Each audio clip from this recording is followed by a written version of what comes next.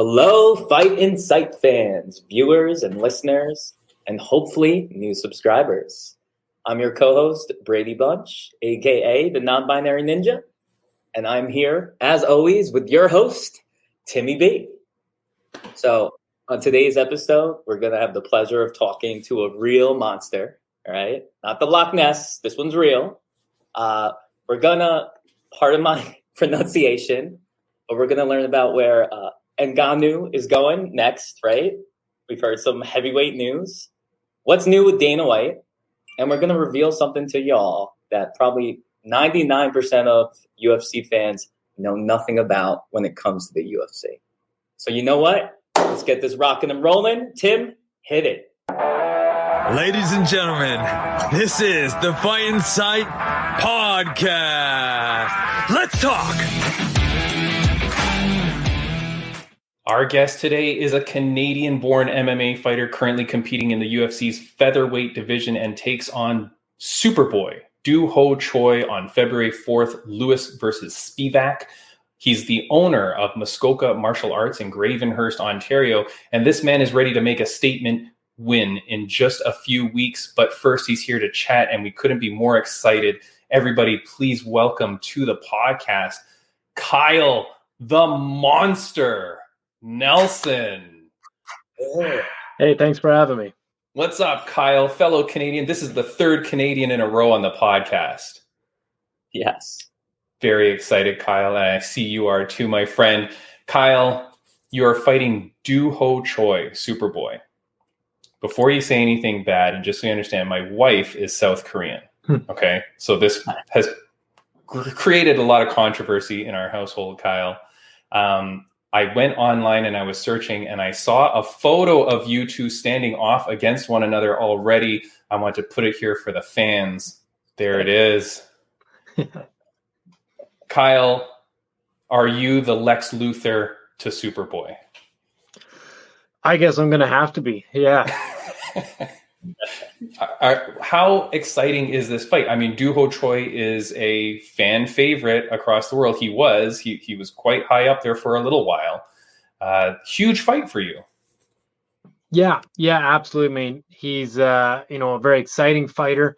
Obviously, he jumped into the UFC scene, with 3 wins, some impressive knockouts, and then the fight of the year with Cub Swanson. They got him into the UFC Hall of Fame. Right. Was a great fight, and then he went on a couple fight losing streak there, and then I think some injuries and stuff, and then I heard maybe it was mandatory military service that kind of kept him out for a little bit. Yeah, but I'm excited to welcome back into the UFC. And I think he got married as well. So all those things have, life takes place. But now he's here, and that Hall of Fame performance, I was there because I was here in Toronto. Were you at that fight? I don't believe so. Okay, you would remember. That was a pretty insane night. But Doo Ho Choi. Now, here's the thing: the event was supposed to take place in Korea, right? Sometimes when the UFC goes to foreign markets, they like to have a bunch of hometown fighters. Or a lot of the time. And they will, I'm just going to say it. They're going to try to let those hometown fighters win. They're going to try to give them matchups where they think, okay, the hometown's going to be happy. Kyle, is the rumor true? Did they move this fight back to Vegas because they knew you were going to destroy Superboy and didn't want to disappoint the South Korean fans? Yeah, they thought there'd be a riot in South Korea after I won. So it'll be, kind of neutral territory now in Vegas where neither of us are in a hometown, so nothing crazy should happen. Yeah, good. It just saves cross-border travesty, right? That's pretty much. Yeah, good.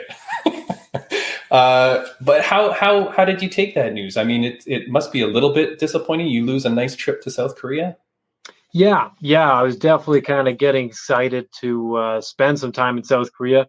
My fiancée was coming out. We had planned to stay for 4 or 5 days after the fight. And just kind of do some touristy stuff and check out South Korea. Now, are you Are you a fan of the Korean culture? Like, it's a very trendy culture right now with like K-pop music and Korean dramas on Netflix. Are you a fan of all that stuff? Anime? Yeah. Like to some degree, I'm not big on subtitles, but yeah, I mean, and even just like some of I've done a couple, or at least one interview with someone in South Korea, and yeah, I mean, it went great, super respectful. I definitely love their culture and stuff like that, and so I definitely it sucks I'm not going to be able to go there and experience firsthand this time, but hopefully either in the future I'll get to go to South Korea with the UFC, or maybe even just head out that way for a vacation. Yeah, I mean, it would have been nice. I've always wanted to go. My wife and I got married a couple years ago. That was going to be our honeymoon trip, and with the pandemic and everything, we didn't get to go. So we're hoping to be able to go in the future. It should have been beautiful. You paid a lot of respect to the Korean culture with your fight shirt, which I want to put on screen. It's badass.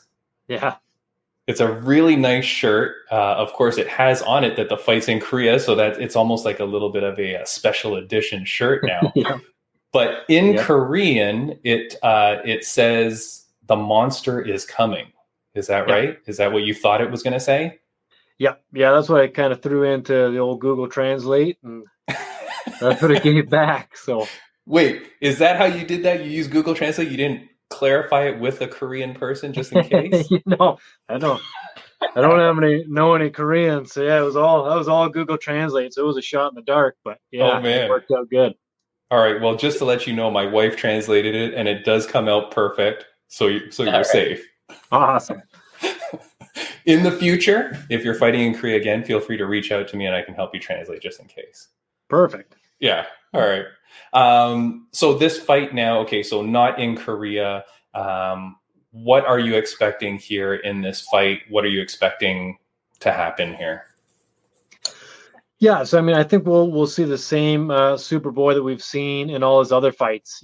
Great kickboxing, good boxing, moves forward. He's got some power in his hands and stuff. I don't expect a lot of offensive wrestling or jiu-jitsu out of him. That doesn't seem to be his style. He likes to stand and put on a show for the audience, and I think that's more my style as well. I train the wrestling and the jiu-jitsu and all that stuff, but it's more or less like a countermeasure, I guess. It's only there if I really need it. If I run into somebody like Khabib or something. But I enjoy mixed martial arts for the stand-up aspect of it, the kickboxing and Muay Thai and stuff. So I think it's going to be great to test my, technique and my skill set, against Superboy standing. Yeah, man. And, this is a big fight, I feel, for both of you. Like, this is a big, important fight for both of you in your careers in the featherweight division.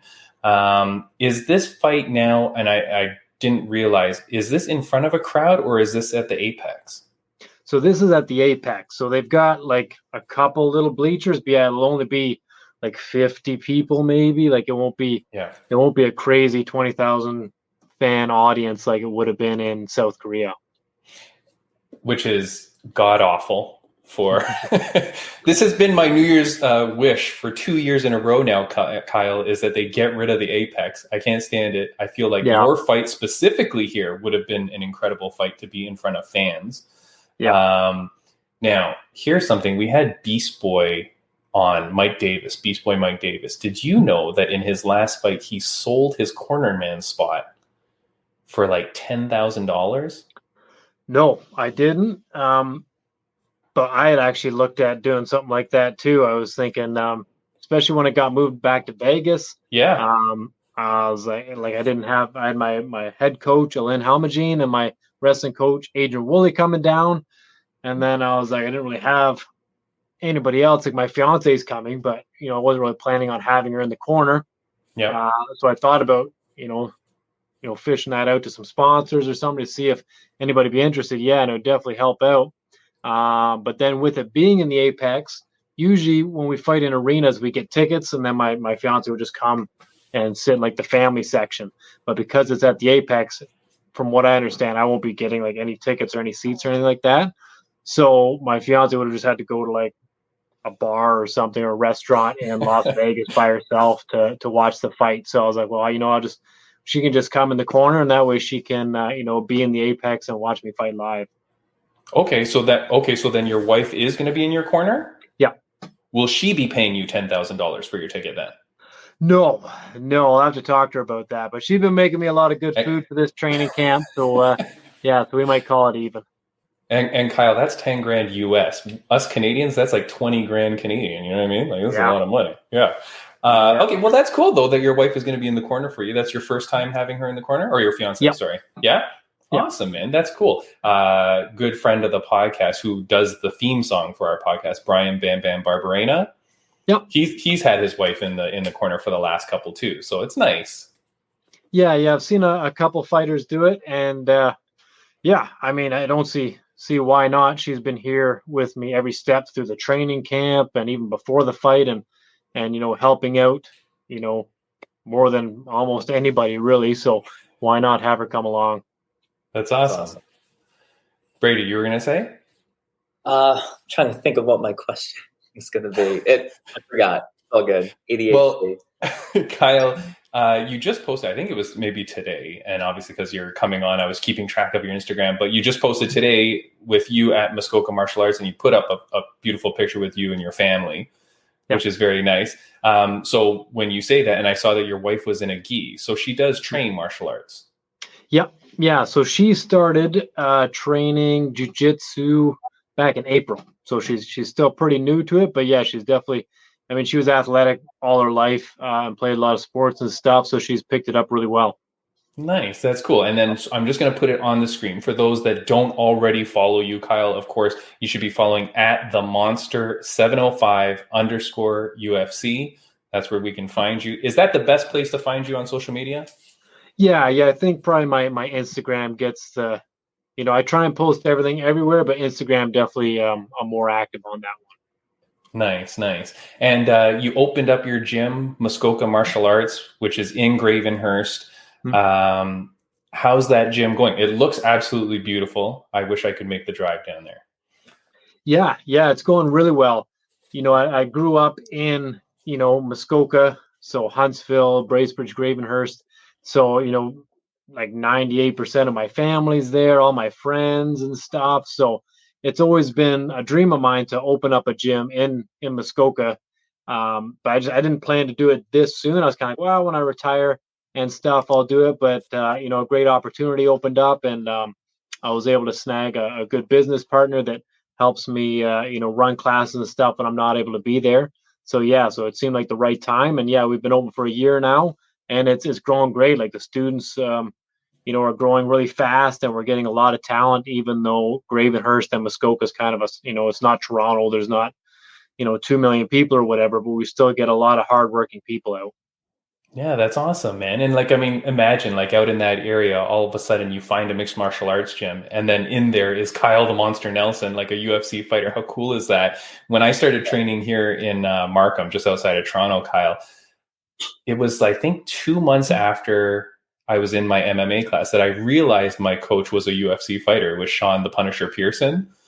Yeah. And I didn't recognize him at the time because he had grown a beard. Like, he looked way different than he did on TV. And then after a few months, I was like, wait a second, this is Sean Pearson from the UFC.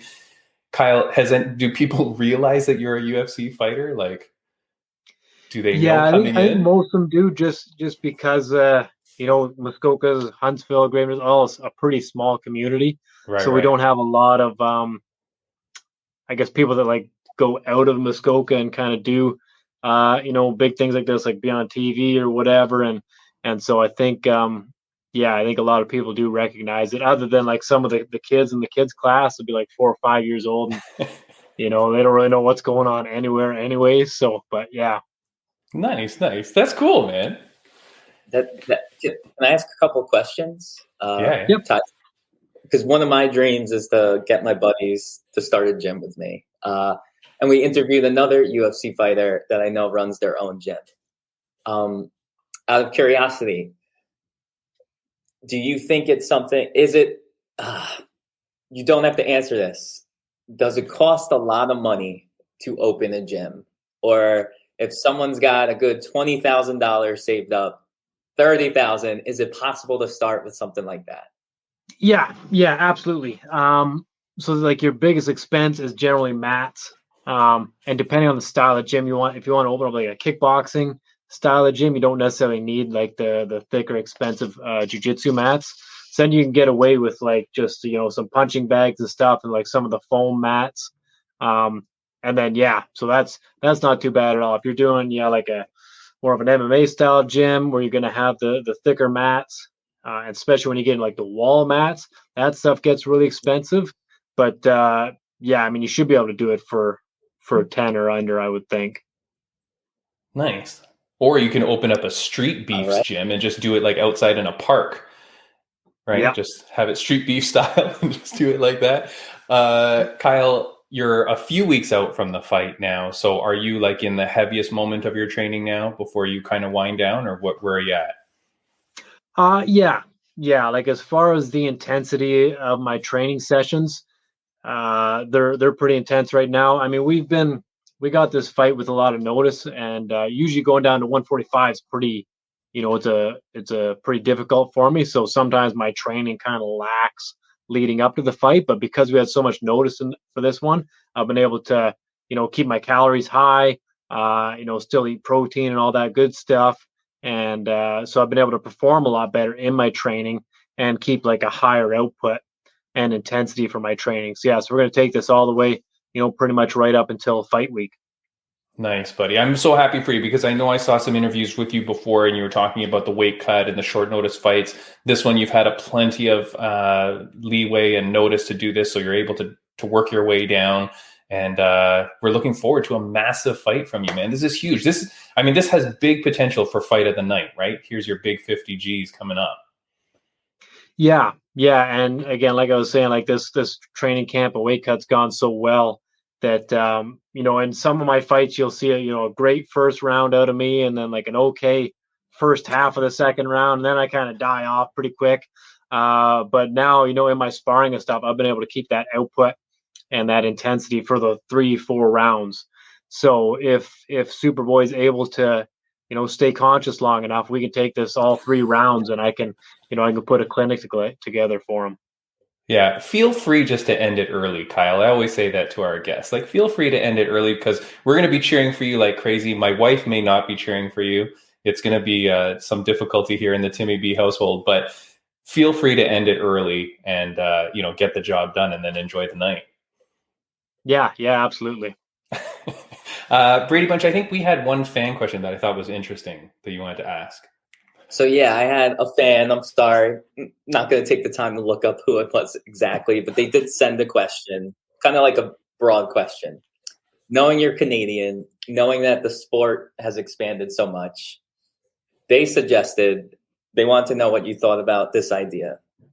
Continental championships, where there's like the North American championship, the European champion, and maybe like at the end of the year, a tournament or something to crown the greatest on the planet. Does that sound ridiculous to you or sound like something that you think could work? No, I think that's definitely a cool idea. I've, way back in the past, I remember people being like, oh, what about, Bellator versus, UFC or stuff like that. But I think the UFC is almost to, a level of itself, like worldwide, that, they could even look at doing something like that, having kind of, some smaller like pay-per-view shows and you get the best of the best, out of each continent and then build it up that way and then have one, kind of just a whole championship fight. And I think that would be huge. Whether or not the UFC would do it, I don't know, but I know like Bellator and One, they're doing some cross promotion stuff. So I could definitely see somebody doing it at some point in time for sure. Yeah, I like that question. I like the idea of that. Kyle, did you know? I don't know if you're allowed to talk about other organizations, but did you know that Rizin and Bellator did that event and Bellator swept them 5-0? Yeah. So I didn't know it was going to happen, but all of a sudden, like I was on Instagram, and then I was like, well, they just they swept them. That was interesting. I didn't know because like some of the UFC guys went over to One, and and it looked like it was really competitive over there. So yeah, so it was interesting to see that 5-0. Yeah, that was pretty bad for Risen though, because when you get swept, I don't know, man. That's the danger of these cross promotional things. Because if your team gets swept, what does that mean, right? For the next event. Yeah. If I'm going to go watch Risen, I'm like, okay, well, these guys like all lost, so kind of tough. Yeah. Kyle, we won't keep you much longer, my friend. I really greatly appreciate you coming on the podcast. You're like a Canadian hero. The Canadians are going to be out in droves cheering for you, man. And I'm so excited for you for this event. Before we let you go, 2 questions. One is, who's someone cool that we should have on the podcast that you might be able to help get me in touch with? Who's someone that you think should be on this podcast? Well, there's a couple UFC fighters I train with. So one of my training partners, Mike Malott, he has a fight coming up. I think February 25th. A couple weeks after my fight. So yeah, he'd be a good guy to have on for sure. Nice. Help me get in touch with that dude. He is hard to get a hold of. I do have some good nicknames already for Mike Malott. I know he's proper already, but I've got some nicknames for him. Kyle, before we do let you go, is there anything that you want to say to fans, viewers, and friends? Yeah, I mean, just thanks a lot to everybody, for all the support so far in my UFC career. And yeah, I think we're going to see it, really take off. I'm going to steal some of that, the publicity and the hype that Superboy has, and, we're going to take it all the way to the top. So thanks a lot for cheering me on, everyone. And yeah, if you have any other questions, message me on social media. I love to interact with the fans.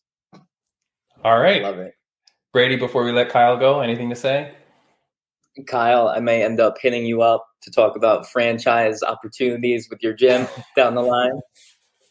Secondly, it's been an honor. I always feel like I wish we had more time to dive in, but we know how you guys have fights coming up very shortly. But it's been a pleasure, and I hope to have you back with Timmy. And one last question. I'm involved in the music world. If you had to listen to one song before a fight, what would it be? One song. I really like Country Boy Can Survive by Hank Williams.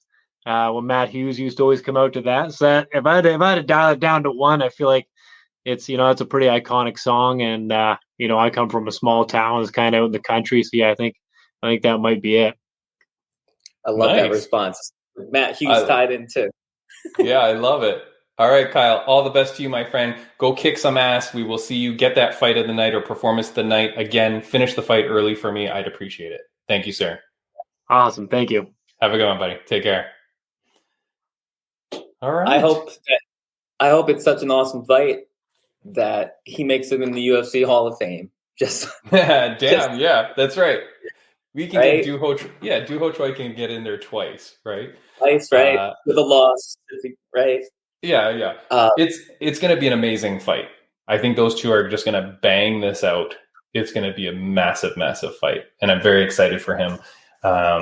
So good luck. Good luck to Kyle the Monster Nelson. Braydbunch, I'm going to talk about some friends of the podcast update. Sure. If you don't mind, which is going to lead into something. Before we get to there, guys, I do want to say thank you for coming. If you're a fan of Kyle Nelson, and that's why you're here, please do follow and subscribe to us. All our links are down below. And, we've got great guests from around the world of combat sports coming in every week. Next week, I'm very happy to announce that we have the Fury FC strawweight champion, Mia Graw. She is coming on the podcast. So a Fury FC current strawweight champion. She fights next on February 5th as well. So we're getting her right before her fight as well. So very excited for that next week. I do want to say thank you, of course, to my friends at RageWorks Podcast Network. They are at RageWorksNetwork.com. That's a podcast network out of New York City. We're friends with them and part of that. So go hit them up for other great podcasts. Okay, friends of the podcast update. Laura Gallardo, Lily Ferreira, Tanya Najar, they all fight Invicta when January 18th. So that's tomorrow when we're recording this. It's going to be yesterday when this releases. So let's all give good positive vibes to them. Jenna Bishop, February 25th. Raquel Pennington won her fight. Did you see the fight, Braydbunch, last weekend? Raquel Pennington? You want to know the truth? Only highlights. Okay. Impressed with what I saw. Raquel Pennington is on a 5-fight win streak, ranked number 5 in bantamweight, and takes out the number 2 ranked Ketlin Vieira. Rocky's on another streak back towards the title. So I am very happy for her. It was a great fight. She got nice and bloodied up in the beginning and just like such a dog. Holy moly, dog. And you know what? I love knowing what I love seeing is when a fighter that I'm excited about years back, like, doesn't give up and keeps going, right? Yeah. And this is a perfect example. And what I will say is she looked fit. She looked like a beast. Yeah. So yeah. And I think I saw in your post, you were asking people like what should be next. What do you think should be next for her? I would like her to fight Juliana Pena next. I think Juliana Pena, if she doesn't get the title shot, I think Juliana versus Rocky would be a great fight. They're both tough veterans. They're both old school at this point. I mean, as young as they are, they're both old school. I think that would be a great fight. If not, I don't know what's next for Raquel. I mean, title shot, does she wait it out? That seems weird. I'd like to see her get one more big fight. So big fight against anybody, but Juliana Pena would be my pick. Last friend of the podcast update, and this leads to you, is 2-time guest of the podcast, Gita Marie Figueroa. Good friend of mine, good friend of the podcast. We've had her on a couple times. We've talked about her because she is a transgender fighter out of Florida. She just announces today that she is fighting here at New Line. Is that what it's called? New Line Fighting? Yes, New Line Cage Fighting. Yeah. A promotion. Yes, go on. No. And she's fighting Brittany Vaughn, who we've talked about on this podcast as well. They're marketing it as the world's first transgender kickboxing contest. And as friendly as I am with her and with you, of course, I know you've got some comments on this. Yeah, so without being unprofessional, and I've chilled out a bit since waking up to see this news, all I will say is this. Anyone who's followed my story, along with these 2 other fighters' stories, we're out there fighting other trans opponents or men. That's what we want, right? Cisgender men. There's been point in times where I've spoken to both of these athletes about fighting them. And to tell you the truth, I think it was on this podcast, my first time on here as a guest, I think I name dropped Cage Line as the organization that I was planning to take my career to the next level. Celebrity boxing, I love it, but truthfully, kickboxing is it for me. And I would love to do MMA as well. But all along, it's been the Muay Thai and the kickboxing. And all I've been talking about all along is how I can't wait to have this historic kickboxing match. So I think it's a little silly. I love that organization that they keep giving trans people a spotlight and an opportunity. But I do know this. I know Celebrity Boxing reached out to Gita or G. Marie. She left them on red. She was offered the fight. I guess she didn't want it bad enough, right? Then they announced my fight. I had to reach out to New Line Cage Fighting to let them know, hey, unfortunately, that fight is the same date as your fight. Yeah. And then we agreed to postpone my fight to May. So as of right now, I'm supposed to be fighting for this organization in May. And I thought it was going to be the historic kickboxing match or possibly a boxing match. We were still talking about it, but truthfully, I think I've made it known to the world. I want to be like Nong Rose from Thailand. That's it. That was my motivation. So to see G. Marie tagging me, saying I'm not a real fighter, all this stuff, and then literally leaves comments for the public to see as if I'm the one obsessed with her. When I unfollowed her, when she was supporting Dana White hitting women, she says she agrees that was self-defense. That's where I drew a line. Everyone thinks differently. Unfollowed her. Yeah. Right? No, she's tagging me left and right, saying I'm not a real fighter. Next thing I know, I'm speaking to Brittany this whole last month. I'm speaking to New Line Cage Fighting. I tried to get into the tough man competition that Brittany won.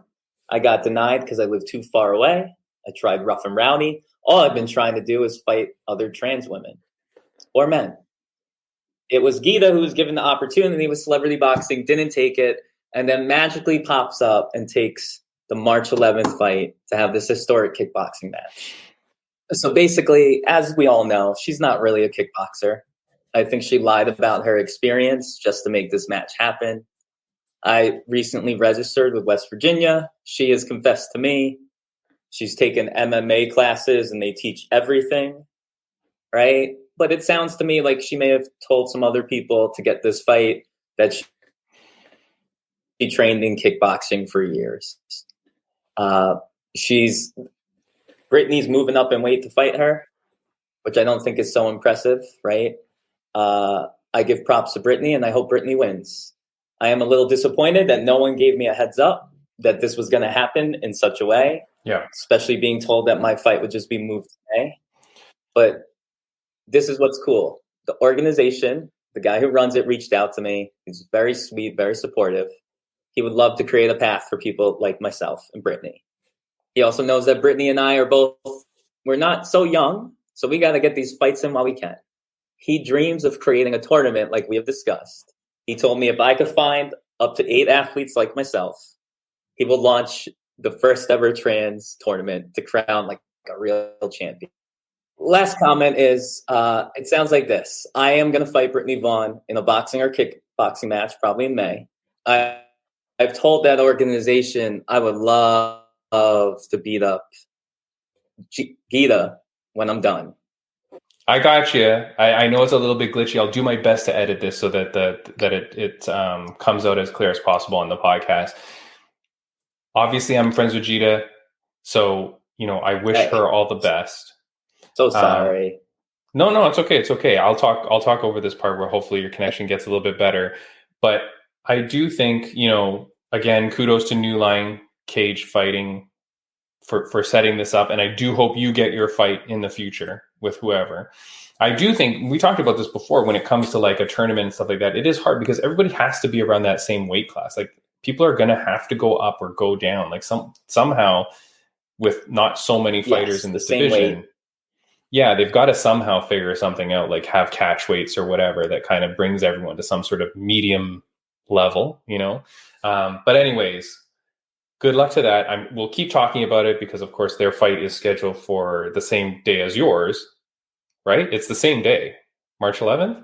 Yes. It's a big day in combat sports for trans people, I guess. Yeah, right? Yeah, of course, yeah. You brought up something interesting because the Dana White thing, and I do want to touch on it quickly. What's crazy, Braydbunch, is that the story is gone. The story is the story has gone. Like it happened last week. We recorded our podcast, and then the day after is when Dana White had his media interview day, and you saw that, correct? Yes. Yeah. So that thing happens. It explodes for a few days, and then it dies out. It's gone. Nobody's talking about it. I'm shocked because of my predictions on the podcast of what I said I thought would happen and stuff like that, but nothing has happened. I will say, and I don't want to drag into this because now it's a week old and nobody even cares, apparently, but I thought the Dana White's interview was upsetting. I thought that there was a lot of things that were said there that were wrong or that were really weird. The fact that, essentially the punishment is just, hey, I got to live with this. And that was the punishment. And it seems like nothing else is going to come down on it. No real outspeech from any of the company heads or anything like that. And people will say, well, Tim, there shouldn't be. We differ on that opinion. People were still defending his actions online. And in his speech, he says, do not defend me. What I did is wrong. Yet you will still see post after post saying, it's okay. It's okay. One comment that I received that I do want to just not read out per se, but I thought this was such a weird thing for someone to say. Braydbunch, after essentially agreeing with it, they said, it's 2023. Keep your hands to yourself. And you see that post a lot. And my argument to that is, when was the date change? Like, what do you mean it's 2023? Keep your hands to yourself. What was the year that it wasn't okay? And then when did it suddenly become okay? I agree. It's so foolish. I don't know why you would say that. And if you find yourself saying that, I think you got to check yourself and say, well, at what year did I agree that it wasn't okay to hit a woman? You know, even if she hits first, which I don't care about that. At what point was it not okay to hit a woman? And then at what point in time was it now okay? I think you got to check yourself for that. Yeah. What I think it is so many people just think equality means everything's perfectly, which makes no sense, because guess what? That's not what feminists were fighting for when this all started, right? Yeah, no. It wasn't, hey, I want to be able to punch you in the face and you can punch me back. No, it was like, hey, we want some healthcare to make sure that we all don't die while giving birth to your kids and stuff like that, right? Equal pay for the same job, right? Yep. But Yeah, definitely. You're right. I mean, I don't know where that comes from, but again, you know, and these are people that I like that are saying this. What I will say about the Dana White, and I just want to make this one comment, okay, is when he goes off in his speech in the media day from last week, he talks about the biggest thing that I took issue with was where he said, what's going to happen to me? What do you want me to do? You want me to step away for a couple weeks? Who's that going to hurt? It's just going to hurt the fighters. It's going to hurt the promotion. It's going to hurt whatever. And essentially what he was selling to us was, if I leave, everything else crumbles, right? Did you get that from his speech? Did you sense that? So, okay, yes. What I would like to say to people is that you are replaceable. Do you understand? In your workplace, on your team, in your hobbies, even in your relationships, you are replaceable. And you need to get that through your head, okay? Because if you can understand that you are replaceable, you will be a better person. You will try harder at work. You will try harder in your relationships. You will try harder in your friendships. You have to understand that you are replaceable. And if you get that through your head, you will, in essence, try to be a better person, which then makes you a better person, which makes everything around you better. If you don't, and you think you are irreplaceable, trust me, people will get that sense from you. They will understand that you feel that way, and you will be replaced. So I don't know what more to tell you, but you got to get that through your head. That is not okay for anybody to think that they are not replaceable. I can't think of any case in the world where someone is not replaceable. And I felt like just him saying that was so weird, and it was so disrespectful to everybody that works at the UFC, from the janitor of the PI to anywhere else in that organization, to all the fighters, which are truly the product. Him saying, if I leave, everything else crumbles, paraphrasing, super disrespectful. I didn't like that. And I'm a huge Dana White fan up until this recent issue. Like, go back in the podcast. I'm always the one defending him, defending what he's saying, defending his moves and his business practices. I was the one defending him. But on this case, I cannot. So I don't know. You know what? I'm not always defending him in the past, but there are points where people were shocked with me defending Dana, right? In certain scenarios. But I agree with you. It came off as arrogant, out of touch, self-absorbed.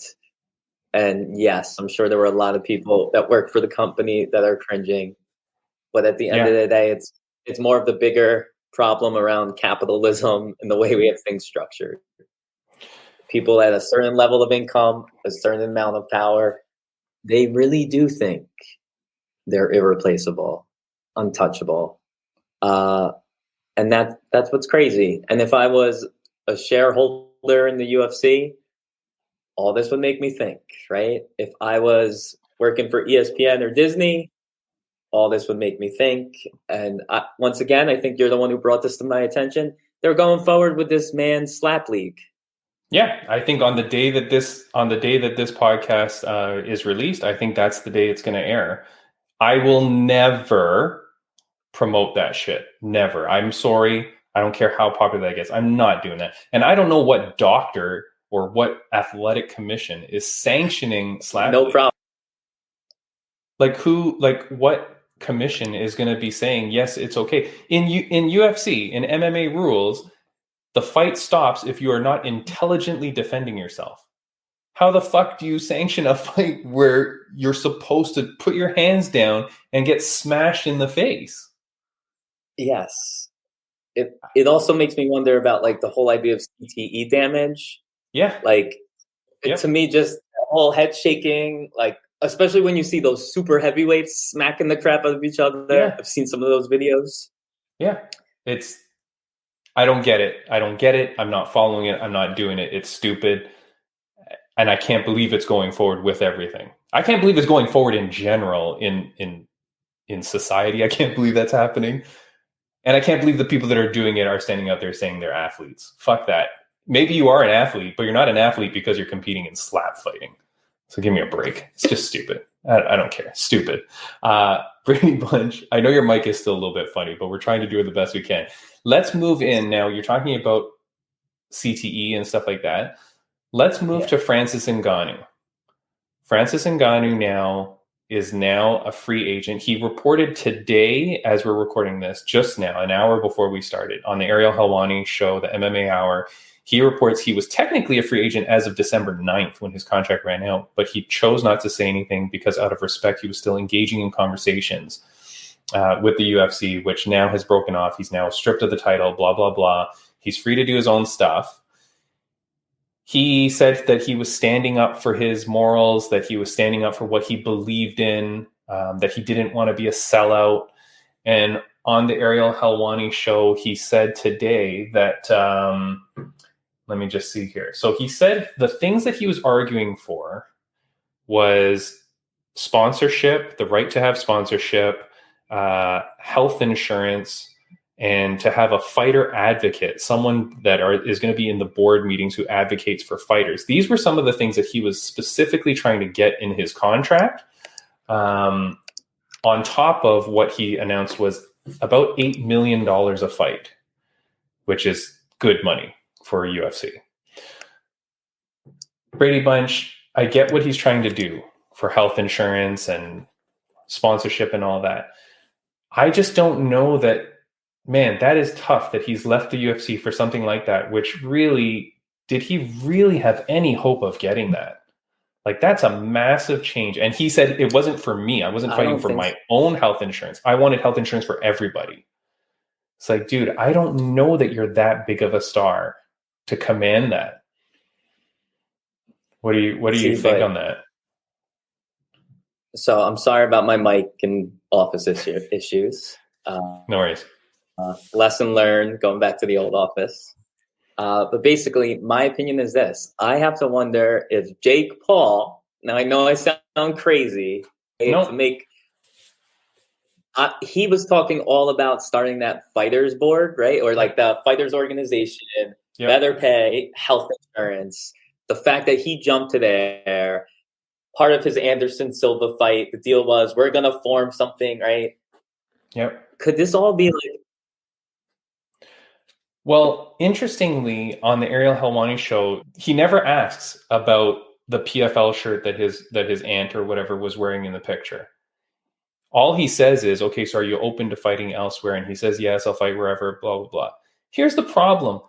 Who the hell is PFL to pay him $8 million a fight? Who's he going to fight in PFL?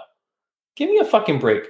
There's nobody. Where does PFL have $8 million to pay Francis Ngannou to fight who? Name me 5 heavyweights in the PFL, right? Like, you can't. Nobody can. I even posted online. People could Google it if they wanted to, and they still can only give me like 1 or 2 names. This is a tough one, man. I'm not too keen that Ngannou is gone. And for those that are watching on video, Braydybunch's camera is a little bit. We're thinking maybe that's some of the problem. Can you hear me? Yeah, I got you. This is terrible. My God, Timmy, I'm gonna be editing this podcast for like 100 hours. Yeah, go ahead. I'm so sorry. This is all on me. No, don't worry. So part of me is just wondering if, like, I know, for example, so you're right. like who has this money, there very well might be some rich guys behind the scenes that are throwing money at this organization. Investors, sponsors. For all we know, sometimes I wonder, is this a bigger scheme than we think? Could a lot of the PFL, because they are on ESPN as well, could the UFC and PFL kind of be doing like a whole WCW, WWE type thing, while secretly sharing the money, sharing the growth? But I hear you. They don't have a heavyweight division. Maybe they get some of these crazy fights. I'm also curious. You saw how bare knuckle fighting has been tagging Francis, right? Yep. Who do you, out of your opinion, who do you think has more money or more ability to attract him to fight? Zero. I literally think, because so I appreciate that Francis stood up for his beliefs. I appreciate that Francis said, hey, you've been treating me poorly. I've now fought out my contract, and now out of principle, which he says, out of principle, I'm gonna leave. I'm not gonna be with the UFC anymore. So I get all that and I appreciate that, but he's not going to be able to take those same arguments to other organizations. He's not going to be able to tell BKFC to give their fighters healthcare. Like I don't see anyone doing that. I've been researching into healthcare for fighters and for UFC and stuff like that. It's borderline impossible. And the issue is that no insurance company will write that. Is from the research I'm doing, that's the issue. You can't even get it. There's I think it's NFL or NHL. One of them does not have any healthcare because they can't get it. So UFC is not going to get it. PFL is not going to get it. Like, so now Ngannou has given up UFC, which fine, he gives it up out of principle, but you're going to go to these other organizations. They're not going to give that to you either. So now at the best, you make that same $8 million to fight, no offense, nobodies, and nobody's going to watch. Like BKFC, I already pay my $5 a month for their thing. How many more people are going to buy the BKFC app just to watch Ngannou fight? I don't know. 8 million people are going to do that? That's how many you'd need. But you know what? It makes me, so I think you're right about BKFC. I think we are going to see him go the boxing route, probably fight Fury or someone. But that alone, in my opinion, is he can make all that money. A lot of these people, I think, know they're getting older. And I'm going to go back to, I think some of these fighters, some of these people don't care about money. We interview them. They just want to go fight for the gold. Right. I have to wonder if once you get that gold, like what do you need to prove? What else do you need to prove? Maybe it is better to go fight cans that you know you will crush, get paid decently, or just have these big Conor McGregor, Floyd Mayweather type fights that make you into a bigger superstar in some ways, makes you hated by others. Who knows? Or maybe we're watching the downfall. All empires eventually fall. Maybe this is the beginning of the end of the UFC. Maybe people are sick of Dana. Maybe some people with money are jumping to these other orgs. Maybe they're going to donate more. But I agree with you. I don't think they're going to get fighter health insurance, but I hope they get better pay across the board. I hope there's some type of union that's created. Yeah, I don't see it happening. I don't think it is. I'll just put up a few tweets on the screen. Oh, you're back. I'll put up a few tweets on the screen. Eddie Alvarez says UFC simply lost the bid for Francis. Instead of admitting that, they go with the narrative that the scariest man alive is afraid to fight in the UFC. Ha, ha, ha. And then you've got Mike Beast Boy Davis, we talked about on the podcast today. Clearly something must be wrong if a champion in the UFC isn't willing to re-sign and vacates his title. Beast Boy Mike Davis, boy, he's been coming out a little bit public. I'm worried for your future, my friend. Like, you might want to just be quiet a little bit. But yeah, the narrative that Dana is trying to spin is that he was scared. And so he's vacating and he's saying, it's not worth the money. I don't want to take this risk.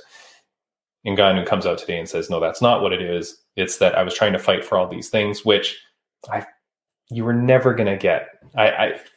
He also says that he has no management. So I'm like, was he not being directed by someone to help him understand that, hey, look, dude, these are not things that you can be fighting for? I don't know. Yeah. So That is tough. We will never see Ngannou in UFC again, is my thought. Hopefully he gets a boxing fight that pays him billions of dollars, but I don't know. I don't know where he goes from here. It is a sad day. You know what? What do you think about the heavyweight division in general now?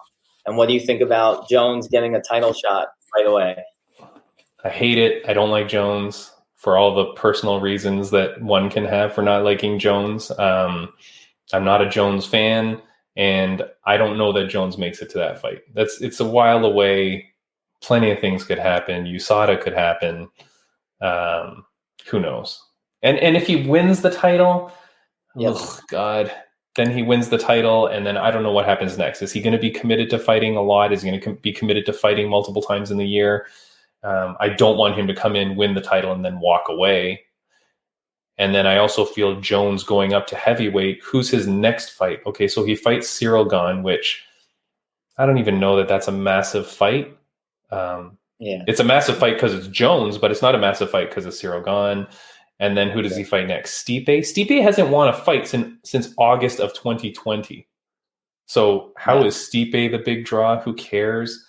And then who else is in that division? Like, you don't have, the big guys was really Ngannou. That was the big scary one. You've got amazing heavyweights, no doubt. You've got Derek Lewis, Curtis Blades, all them. But any of those guys versus John Jones, is that a massive selling pay-per-view? Once Jones fights once he fights once and gets everyone to watch him, the second fight, I say it's a bomb. Like, I don't even think anybody cares. And you know what? I think you're kind of right, unless they have some new talent pop up, right? Yeah. Furthermore, my big fear is, what if Jones wins and then, like typical Jones fashion, he gets popped for something? That's my big fear too, right? Knowing he's this big guy now, right? And like you, I have mixed feelings about Jones. And going back, a lot of people call him the GOAT. In fact, that's what made me a little sick too. I hate to say it. Part of me is like, here's Dana White in an interview talking about how this guy, in his opinion, is the greatest of all time, right? Yeah. Meanwhile, they both happen to fit into a special club together at the moment, right? Yeah. Furthermore, I have a problem calling someone who's been caught cheating the greatest of all time, right? Yep, me too. Yep. Can't say that about the GSP, right? And that's why I will forever tip my hat to someone like a GSP, right? But that's going back. I felt like this was part of, let's cover up the Dana story. Hey, everybody, Joe. 100%. 100%. You don't, if you don't think that this timing is perfect to create a whole new controversy, a whole new story that dominates the headlines and totally takes focus away. I mean, this is a pretty big story that takes focus away and adds a whole bunch of new controversy to kind of now just get us onto that next news cycle. That's the way the news works. But I mean, that's this one organization generating that, right? For me, I'll just put it out here quickly. One of my GOATs has got to be Bisping. Bisping never popped. Michael Bisping never popped, fought with one eye for half his career, won the title, overcame adversity, has some amazing fights. Bisping's way up there on my list too. No, I think once you pop, you're out of my contention. Did GSP ever pop? He never popped, right? No, I don't. No. And GSP's amazing for sure too. I feel like Bisping gave me more exciting fights in my life. I feel like some of Bisping's fights were so crazy and so great to watch, and then knowing that he did them with one eyeball was even crazier. I don't know. And just, I mean, and also I think when I think about a GOAT, I think about how they are in and out of the cage as well, and their personality and blah, blah, blah. George was amazing. He was super respectful, but Bisping was a character, like Bisping created drama. And I like that Bisping lost. Bisping would lose and then win, like things were crazy. Anyways, all right, let's get to this last thing. I know that our screen is all a mess today. Okay, sorry. I'm going to show a video. Here's the thing that we teased at the beginning of the podcast, saying that 99% of you don't know that this is happening. Okay, and Braydbunch, I did not prep you for this.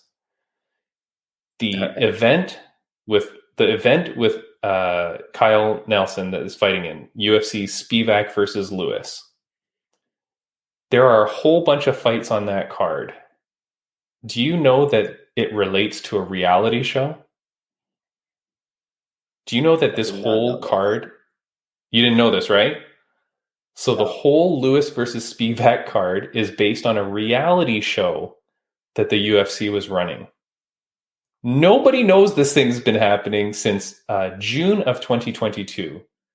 It's called Road to UFC. When I say that, does that ring any bells? Road to the UFC? Yes, yeah. Okay. I have seen that posted. Know nothing about it, but yes. You've seen that posted? I've never seen I feel this like post. Dana White has referenced. Okay. And so what's so funny is I never knew what it was. Yeah. I feel like I saw Dana White plugging it at one point. That's the only reason why I know. But I had no idea what it was. I thought it was tied to the Contender series, like a spinoff. Okay.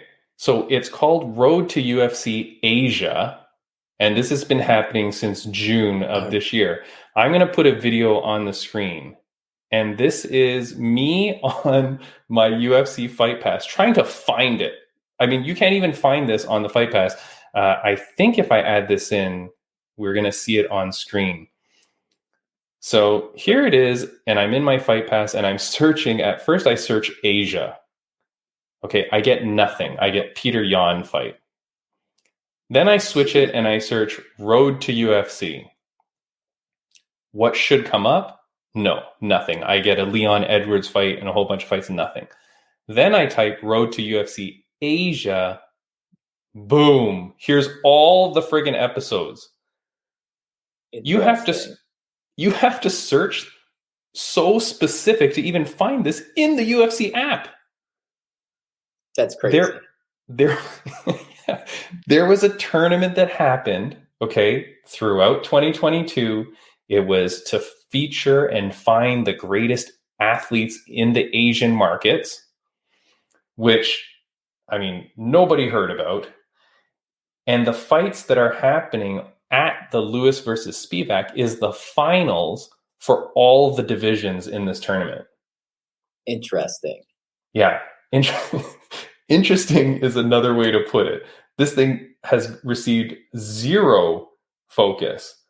So the fights, there are fights for, there is the featherweight title, the bantamweight title, the flyweight title, and the welterweight. I think it's 4 divisions that they ran tournaments for. And so 4 or 5 of the fights are the title, not title fights, but like to determine the winner of Road to UFC Asia.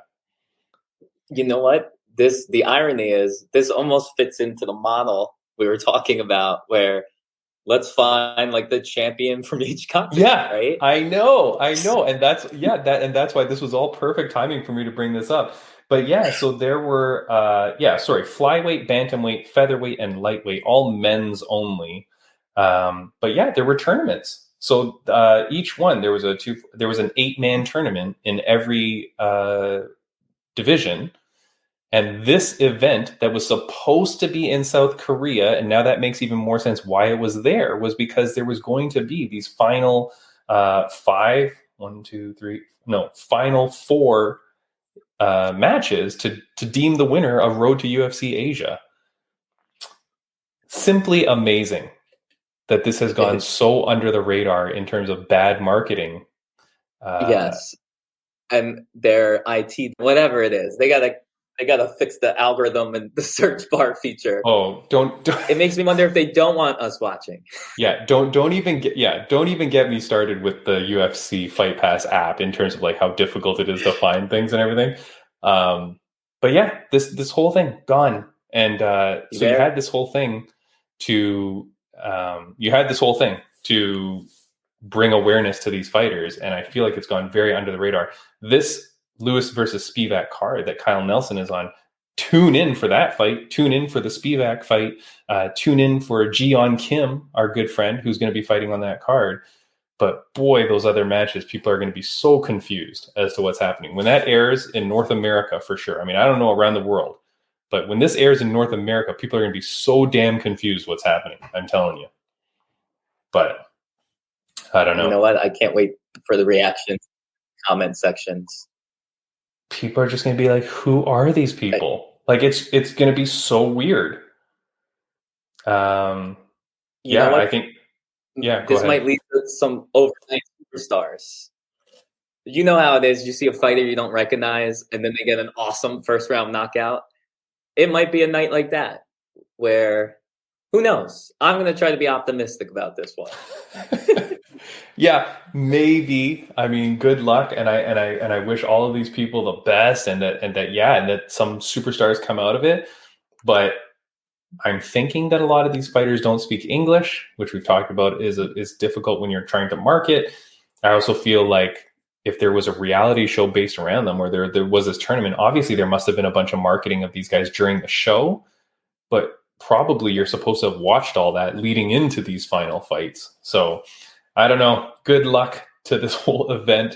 But Braydbunch, without all the technical difficulties, I still feel like this was a good show. We had a good interview with Kyle Nelson, and we've covered several good things, right? Kinda. I'm pleased that we made it through. I'm so sorry that you'll be stuck editing so much of this. And I will make sure I have the perfect internet and Wi-Fi for next week. No worries. But yes, no, it was awesome. And I hope Kyle gets the win. It's like you said, it's a big match for both of them. So it's going to be, they both need this win in a way.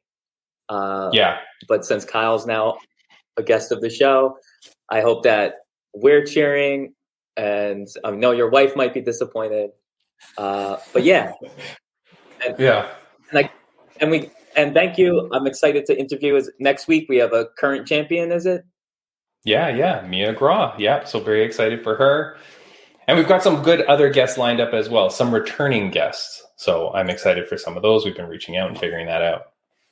All right. And it's this Wednesday, just in case people missed it. It's the Invicta fights. Yeah. Right? So when this drops, you're going to have to go and find like the replay, right? And if you're following us on our Instagram, we'll obviously be posting the results, especially if our friends win.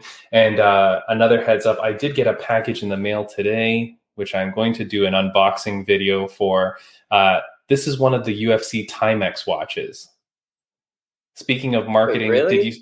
Did you see that they released a bunch of watches on Timex? I only saw like some. Yeah. So I got hold one. on. I bought one.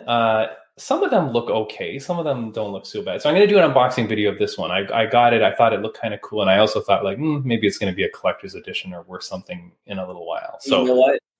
I'm so curious I can't wait for the unboxing because I'm curious about which style you went with. Which one did I get? Is it? Yeah, you'll see. I got the one that I wanted. So I'll do an unboxing for that. But anyways, Braydbunch, I know the technical difficulties started when we were getting a little bit emotional about your thing, but we'll follow this story through. We'll keep talking about it.